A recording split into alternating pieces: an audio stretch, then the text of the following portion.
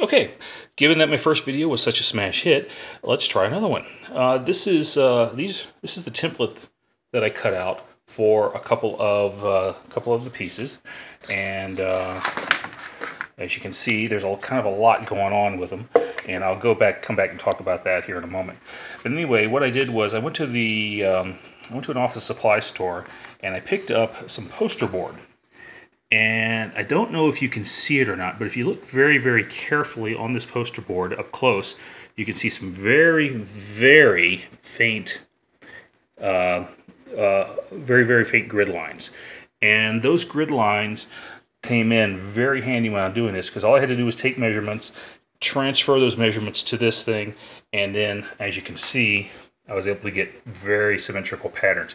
I used a pencil and a straight edge to line out what I needed to do. I'll explain a little bit more about what my technique here in just a moment.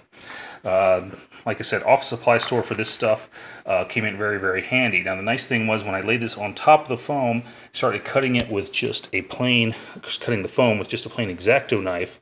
The X-Acto knife was able to run along the edge of the template without actually cutting into the template. Now you do have to be careful because obviously you can cut it, but that worked out pretty well for me.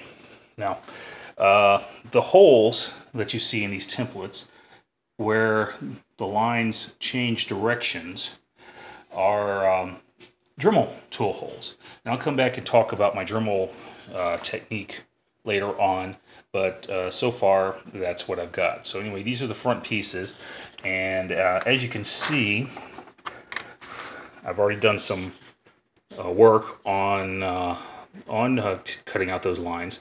But as you can see, I got some very, very good results using this board. I got the pieces looking very, very symmetrical. There you go. And so far, I'm pretty pleased with the results. So that's it for now.